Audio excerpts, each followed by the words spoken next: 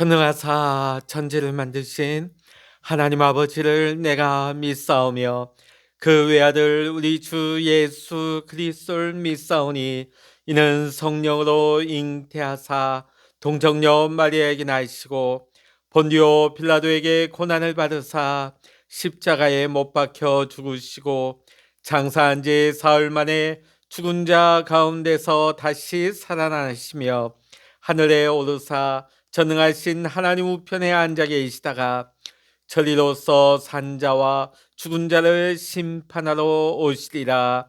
성령을 믿사오며 거룩한 공회와 성도가 서로 교통하는 것과 죄를 사하여 주시는 것과 몸이 다시 사는 것과 영원히 사는 것을 믿사옵나이다. 아멘. 찬송 264장입니다. 찬송 264장입니다. 정결하게 하는 셈이 나의 앞에 있도다. 성령께서 권고하심 죄 씻으라 하시네. 찬양하리 찬양하리 죽임당한 어린 양 주께 영광 돌리어라. 우리 죄를 씻어주셨네. 나의 가는 길이 좋고 내 뜻대로 안 돼도 모든 욕심 다 버리고 주만 따라가겠네. 찬양하리 찬양하리 죽임당한 어린 양 주께 영광 돌리어라. 우리 죄를 씻어주셨네. 나의 마음 제단 위에 불길같이 타올라 영원토록 찬양하며 주께 영광 돌리네. 찬양하리 찬양하리 죽임당한 어린 양 주께 영광 돌리어라. 우리 죄를 씻어주셨네. 한량없는 주의 은혜 나를 영접하셨네. 내가 지은 모든 죄와 험을 용서하셨네. 찬양하리 찬양하리 죽임당한 어린 양 주께 영광 돌리어라. 우리 죄를 씻어주셨네. 성부 하나님께 영광 성자 예수께 영광 성령님께 또한 영광 모두 돌려드리세. 찬양하리 찬양하리 죽임당한 어린 양 주께 영광 돌리어라. 우리 죄를 씻어주셨네. 아멘. 이 시간 우리에게 주시는 하나님의 말씀 구약 에스겔 32장입니다. 구약 에스겔 32장 1절로부터 32절까지 구약 성서 1199면입니다. 에스겔 32장의 말씀 같이 읽겠습니다. 12째 해 12째 달 초하루에 여호와의 말씀이 내게 임하여 이르시되 인자야 너는 애굽의 바로 왕에 대하여 슬픈 노래를 불러 그에게 이르라. 너를 여러 나라에서 사자로 생각하였더니 실상은 바다 가운데 큰 악어라. 강에서 튀어 일어나 발로 물을 휘저 그 강을 더럽혔도다. 주 여호와께서 이같이 말씀하셨느니라. 내가 많은 백성의 무리를 거느리고 내 그물을 내 위에 치고 그 그물로 너를 끌어올리로다. 내가 너를 무태버리며 들에 던져 공중의 새들이 내 위에 앉게 할 것이며 온 땅의 짐승이 너를 먹어 배부르게 하리로다. 내가 내 살점을 여러 산에 두며 내 시체를 여러 골짜기에 채울 것이며 내 피로 내 헤엄치는 땅에 물대듯 하여 산에 미치게 하며 그 모든 개천을 채우리로다. 내가 너를 불 끄듯 할 때에 하늘을 가리어 별을 어둡게 하며 해를 구름으로 가리며 달이 빛을 내지 못하게 할 것이며 하늘의 모든 밝은 빛을 내가 내 위에서 어둡게 하여 어둠을 내 땅에서 베풀리로다. 주 여호와의 말씀이니라. 내가 내 패망의 소문이 여러 나라 곧 내가 알지 못하는 나라들에 이르게 할 때에 많은 백성의 마음을 번뇌하게 할 것이며 내가 그 많은 백성을 너로 말미암아 놀라게 할 것이며 내가 내 칼이 그들의 왕 앞에서 춤추게 할 때에 그 왕이 너로 말미암아 심히 두려워할 것이며 내가 엎드러지는 날에 그들이 각각 자기 생명을 위하여 무시로 떨리로다. 주 여호와께서 이같이 말씀하셨느니라. 바벨론 왕의 칼이 내게 오리로다. 나는 내 무리가 용사 곧 모든 나라의 무서운 자들의 칼에 엎드려지게 할 것이며 그들의 애굽의 교만을 패하며 그 모든 무리를 멸하리로다. 내가 또 그 모든 짐승을 큰 물가에서 멸하리니 사람의 발이나 짐승의 굽이 다시는 그 물을 흐리지 못할 것이며 그때 내가 그 물을 맑게 하여 그 강이 기름같이 흐르게 하리로다.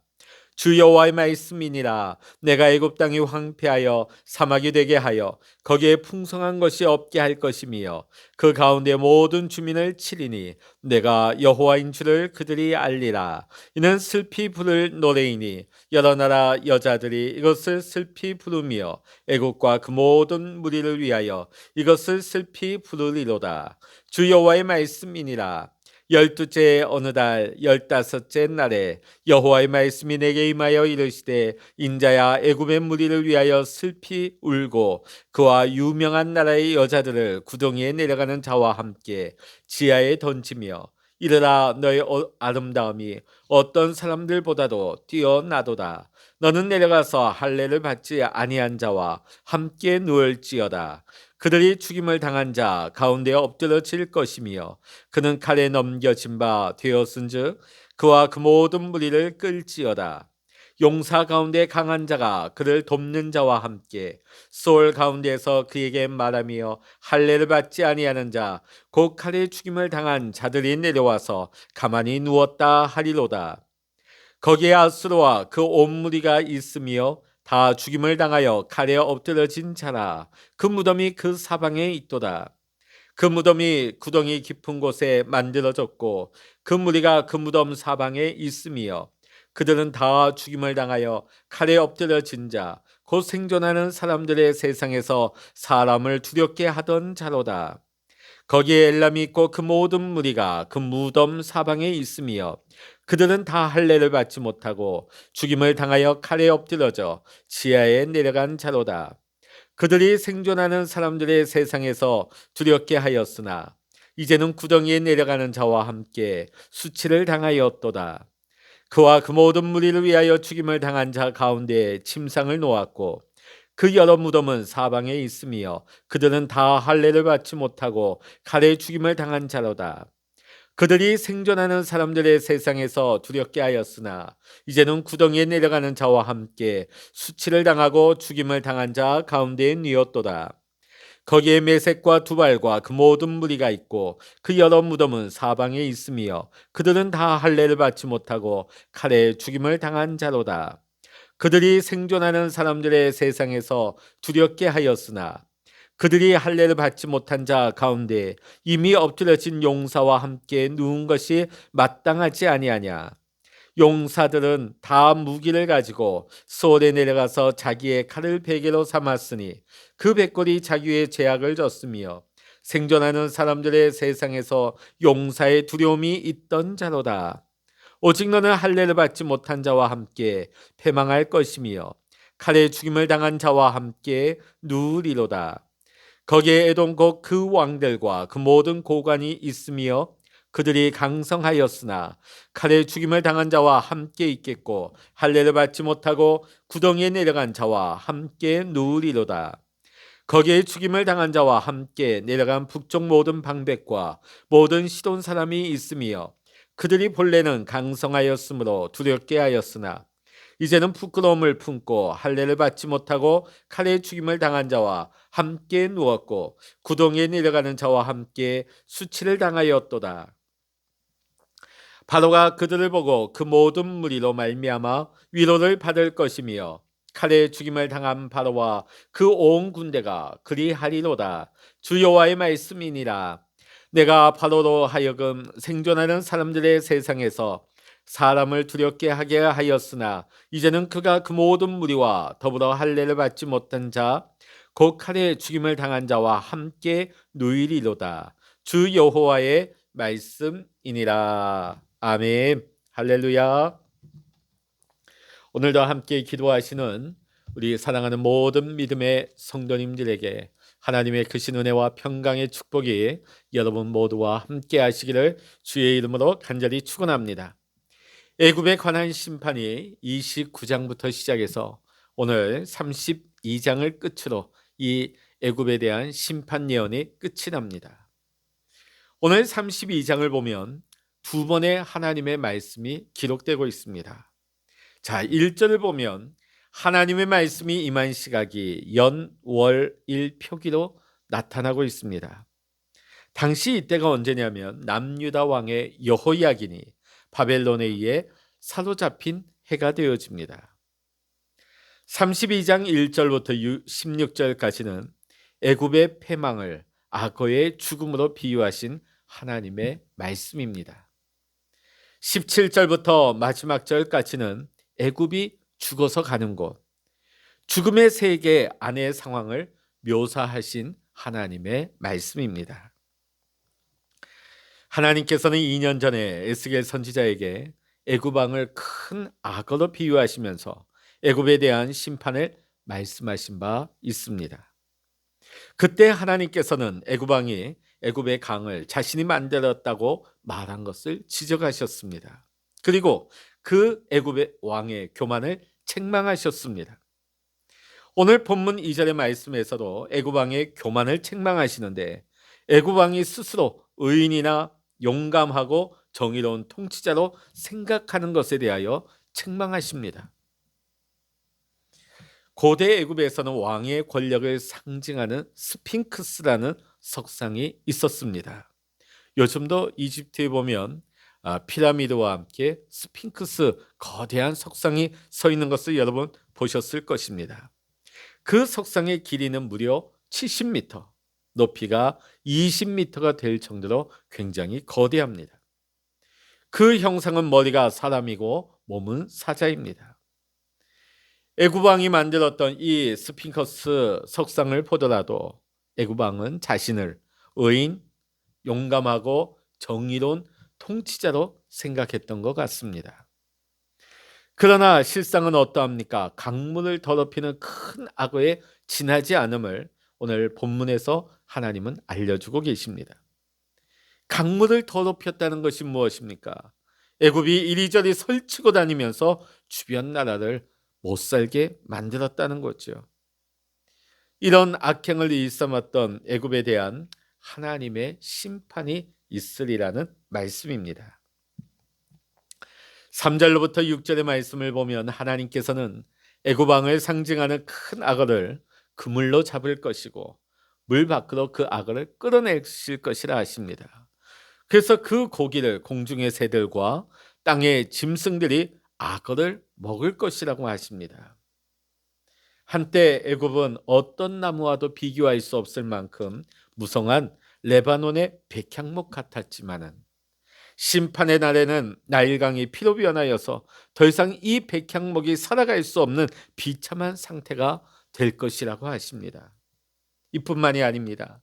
7절과 8절의 말씀 보면 빛이 사라지고 어둠이 임할 것이라고 하십니다. 빛이 없는 어둠의 세상은 죽음의 세상과 다름이 없습니다. 어둠은 죽음인 것이지요.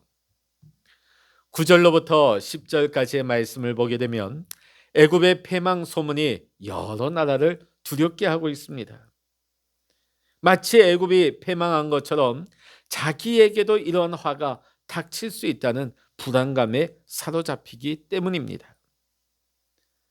세상 나라들은 애국과 같이 경제력이 있고 군사력이 강한 나라를 의지합니다.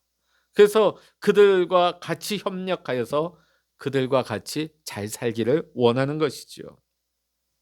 그런데 오늘 말씀을 통하여서 또 우리는 세상 역사를 보면서 세상 나라와 세상 사람이 영원한 안전장치가 될 수 없다는 것을 오늘 우리는 이 말씀을 통해서도 지나온 세상의 역사를 통해서도 우리는 알 수가 있는 것입니다. 만일 내가 의지하고 내가 믿고 투자하고 협력한 기업이나 기관, 어떤 사람에게 심각한 문제가 발생하게 된다면 아마 우리의 마음은 굉장히 심란하고 번뇌로 인하여서 밤잠을 이루지 못할 것입니다.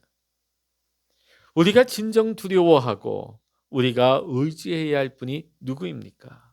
세상 나라도 아니요, 세상에 어떤 힘 있는 자도 아닌 오직 살아계신 하나님이 되심을 우리는 명심해야 될 줄로 믿습니다. 우리 11절 말씀 같이 읽어보십니다. 주 여호와께서 이같이 말씀하셨느니라. 바벨론 왕의 칼이 내게 오리로다. 하나님께서는 애굽을 심판할 도구로 바벨론을 정하셨습니다. 바벨론에 의해서 애굽이 패망할 것인데 그 이유는 다름 아닌 애굽의 교만 때문입니다. 큰 악어가 자신의 영역인 그 물속에서는 괴력을 발휘할지 모르겠지만 하나님의 그물에 잡혀 물 밖에 나오게 되면 더 이상 그 악어는 물을 휘젓거나 흐리게 하지 못하는 것입니다. 악어가 물을 하게 못한다 하는 것은 그 악어의 죽음을 의미한다 하겠습니다. 왜냐하면 악어가 사라지면 그 물을 휘젓는, 물을 탁하게 만드는 그런 악어의 행동이 없게 되기 때문이죠. 그래서 14절의 말씀을 보면 물이 맑아지고 강이 기름같이 흐르게 될 것이다. 물이 깨끗해지고 잔잔한 아주 맑은 그런 강이 될 것이라는 것을 말씀합니다. 사실 이때까지 애굽에 의해서 시달림을 받고 억압을 받는 나라의 입장에서 볼 때는 이것은 자유요, 이것은 회복을 의미하는 것, 아주 좋은 의미이지요. 그러나 애굽의 입장에서는 큰 악어로 비유된 애굽 바로 왕의 죽음을 의미하기 때문에 이것은 애굽의 권력자가 죽고 애굽이 패망하게 되었으니 애굽 땅은 황폐하게 됨을 의미하는 것입니다. 사막이 될 것이라고 하나님은 예언하십니다. 그래서 16절의 말씀 보면 많은 나라의 사람들이 애굽의 패망을 슬피 노래 부르게 될 것이라고 예언하고 계십니다. 자, 18절로부터 32절까지의 말씀 보면 이때까지 여러 나라의 심판의 예언에서는 볼 수 없었던 사후 세계에 대한 말씀이 나오고 있습니다. 18절 같이 읽어보십니다. 인자야 애굽의 무리를 위하여 슬피 울고 그와 유명한 나라의 여자들을 구덩이에 내려가는 자와 함께 지하에 던지며.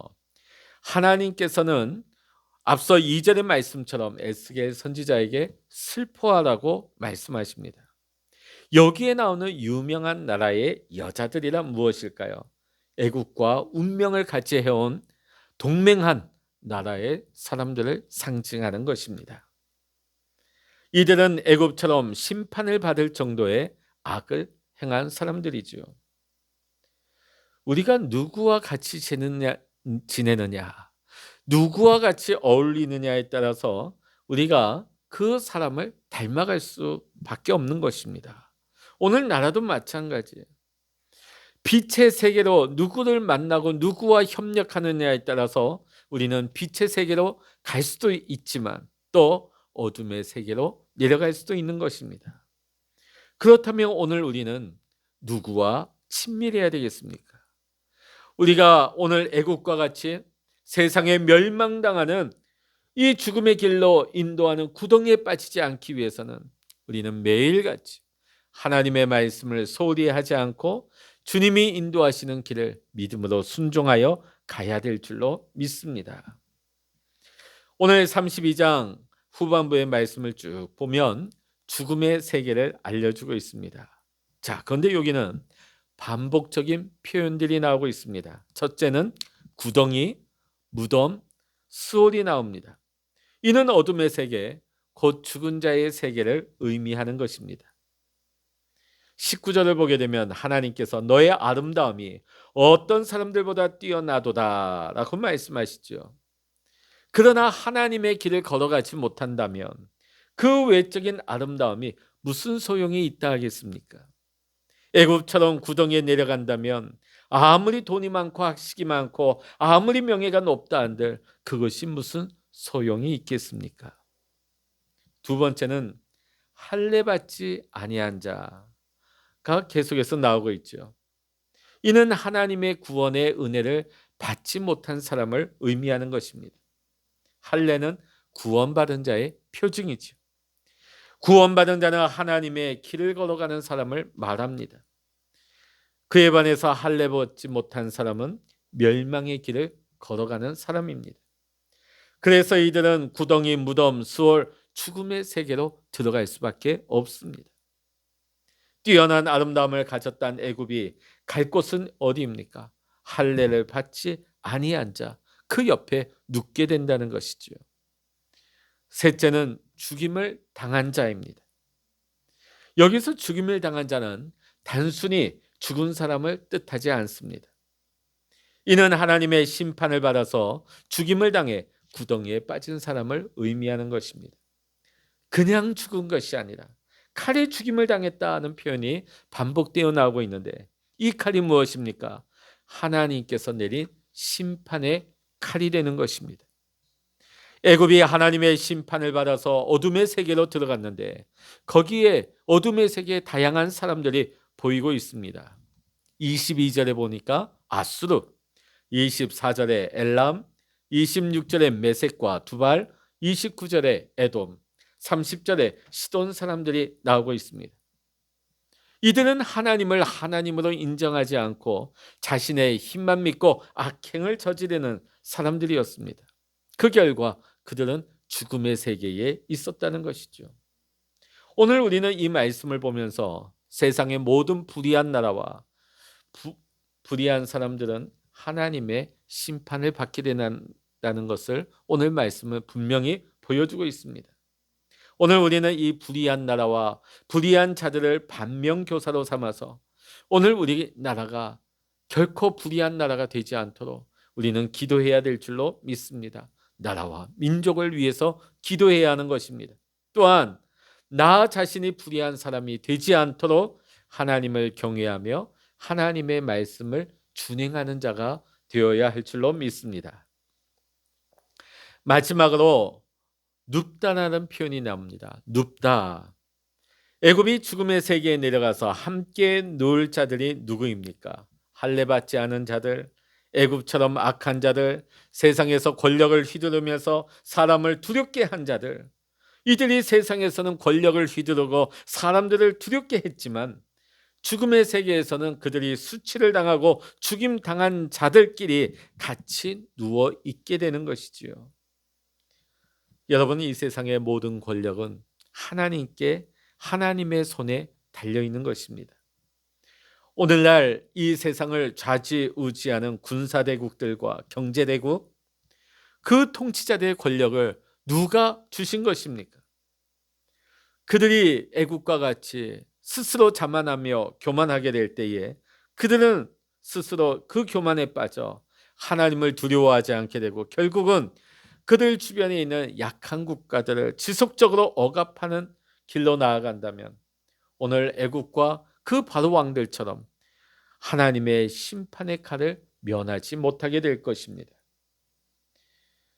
우리는 이 세상 나라들과 이 세상의 사람들이 애굽이 갔던 그 구덩이, 무덤, 수월, 할례받지 못한 자의 세계, 죽임을 당한 자의 세계에 우리 또한 눕지 않도록 오늘 이 하루도 주님 주시는 말씀을 내 삶에 적용하면서 그 말씀을 준행하여 순종하며 나아갈 때 또 오늘도 세상 많은 사람들에게 주의 말씀을 드러낼 수 있는 복음의 전도자, 주님의 증인이 될 수 있는 오늘 우리 모두가 될 수 있기를 주의 이름으로 간절히 축원합니다. 기도하겠습니다. 할렐루야. 하나님 아버지, 애굽은 하나님이 주신 힘과 그 능력을 자신의 잘남으로 교만함에 빠졌을 때 결국은 그들은 멸망길로 가고 말았습니다. 죽음의 세계에 떨어지고 말았습니다. 그들과 어울려서 그들과 함께 동일한 길을 걸어갔던 주변 나라들도 다 멸망의 길, 죽음의 구덩이에 떨어지고 말았습니다. 하나님, 오늘 우리에게 두 가지 길이 있습니다. 빛으로 가는 길이 있고 어둠으로 가는 길이 있습니다. 생명의 길이 있고 멸망의 길이 있습니다. 하나님 인도하시고 하나님이 이끄시는 생명길을 걸어가기를 원합니다. 오늘 우리가 하나님이 주신 은혜와 축복을 내가 이루었다고 스스로 자만하며 교만의 자리에 서지 않게 하여 주시옵시고 또 내가 가진 힘과 내가 가진 여러 가지 힘을 통하여서 주변 사람들을 억압하고 힘들게 하는 그런 사람이 되지 않게 하여 주시옵소서. 오늘도 하나님 은혜 가운데서 감사하며 생명의 길을 걸어가기를 원합니다. 하나님 기뻐하시는 길을 걸어가기를 원합니다. 하나님이 주시는 생명의 길을 걸어갈 수 있기를 원합니다. 오늘 이 아침에도 주님을 의지하며 주님 앞에 겸손히 엎드려 기도할 때 하나님 아버지의 마음을 부어주시고 아버지의 영으로 충만하게 하여 주시고 오늘 이 시간 우리가 주의 이름으로 구하는 모든 기도의 제목들마다 하나님의 뜻이 하나님의 섭리하심이 오늘도 우리 교회와 우리 모든 성도님들의 기도 제목마다 우리의 삶 속에 다 나타나고 하나님의 영광이 드러날 수 있도록 인도하여 주시옵소서. 모든 감사와 영광을 우리 주님께 올려드리며 우리 주 예수 그리스도의 이름으로 간절히 기도하옵나이다. 아멘. 찬양하라 내 영혼아, 찬양하라 내 영혼아, 내 속에 있는 것들아 다 찬양하라. 기도하라 내 영혼아, 기도하라 내 영혼아,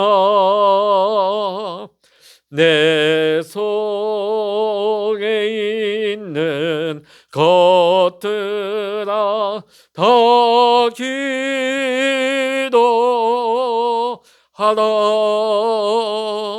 주여 일창을 합심하여 기도하십니다. 주여